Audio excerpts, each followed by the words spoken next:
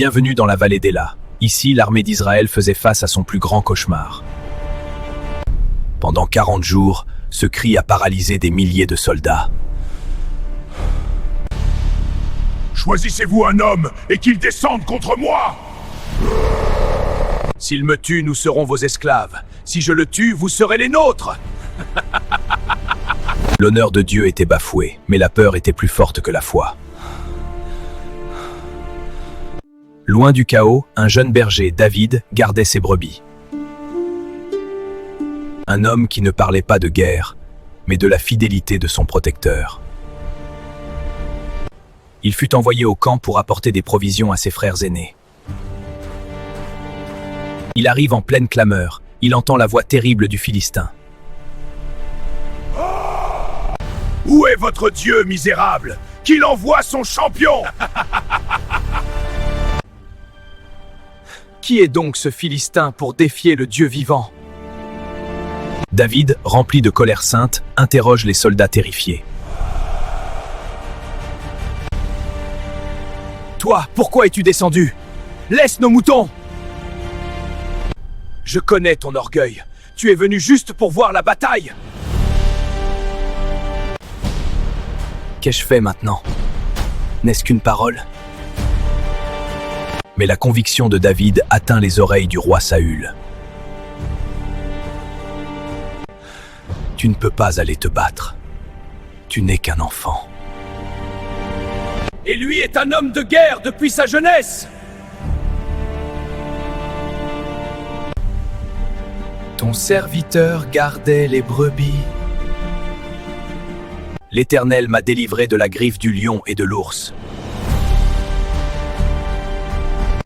Il me délivrera aussi de la main de ce Philistin. Désespéré, Saül lui donna son armure lourde. Je ne peux pas marcher avec cela. Je ne suis pas habitué. David refuse la méthode du monde. Il choisit ses propres armes. Il prend ses outils de berger, sa fronde et 5 pierres lisses. C'est l'heure. Un berger face à un guerrier. Les armées retiennent leur souffle. L'issue semble scellée. Suis-je un chien pour que tu viennes à moi avec des bâtons? Viens ici et je donnerai ta chair aux oiseaux du ciel. Tu marches contre moi avec l'épée, la lance et le javelot. Mais moi, je marche contre toi au nom de l'Éternel des armées. Toute la terre saura qu'il y a un Dieu en Israël. Et l'Éternel donnera la victoire. David met la main dans sa besace. C'est le moment de la précision. La foi de David a aiguisé son bras. La pierre est lancée, un acte de confiance absolue.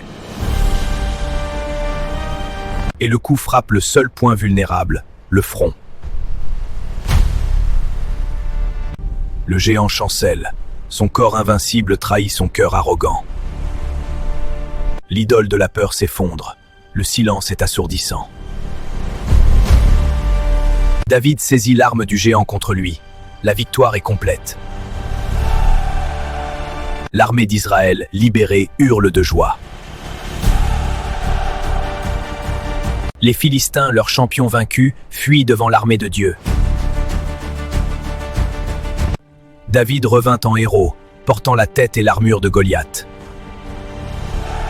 La gloire revint à l'Éternel des armées, qui utilise les petits pour confondre les grands. L'histoire de David et Goliath n'est pas une histoire de force, mais de perspective. L'histoire de David et Goliath n'est pas une histoire de force, mais de perspective. Nous avons tous des Goliaths dans nos vies, l'anxiété, la maladie, le doute. Le message, ne te concentre jamais sur la taille de ton problème, mais sur la grandeur de ton Dieu. Cours vers ton problème avec ta pierre de foi. Seigneur, donne-moi le courage de voir mes Goliaths non pas comme des obstacles, mais comme des occasions pour ta gloire.